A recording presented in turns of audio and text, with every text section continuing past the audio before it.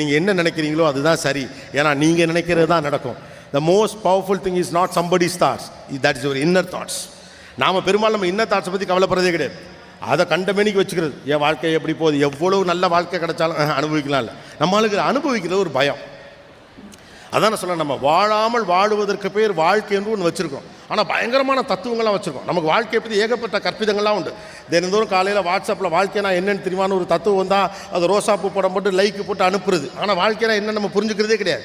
வாழ்க்கைங்கிற ஒரு டெம்ப்ளேட் இல்லை. உங்கள் வாழ்க்கை வேறு, என் வாழ்க்கை வேறு.